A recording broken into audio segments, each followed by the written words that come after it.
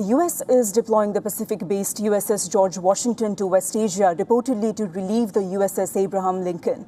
Officials say this sends one of the longest combat deployments by a U.S. aircraft carrier in recent history. According to the Wall Street Journal, the move comes after the Lincoln spent 266 days deployed, including over 200 consecutive days without a port call. Officials even warn of growing concerns over living conditions aboard the Lincoln and the strain on troops during the Iran war. However, the Pentagon has reportedly described the deployment as a scheduled career rotation. However, the replacement has drawn attention to the growing strain on the U.S. Navy's fleet and personnel after months of sustained operations in the region.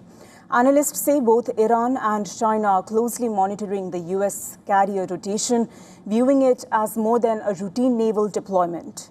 For Tehran, the USS Abraham Lincoln's prolonged deployment is likely to reinforce its strategic belief of outlasting American military presence through endurance instead of confrontation.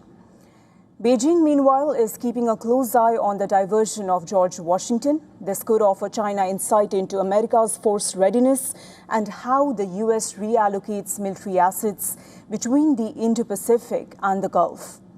The situation in whole raises concerns about U.S. readiness and global strategic commitments. The USS George H.W. Bush, another U.S. Navy aircraft of the same class as George Washington, has also been deployed in West Asia for 4.5 months as of this week, according to reports. With only 11 nuclear-powered aircraft carriers in active service, including George Washington, the U.S. Navy has little room for prolonged conflicts. Analysts warn extended deployments not only exhaust crews, but also extend maintenance and repair cycles.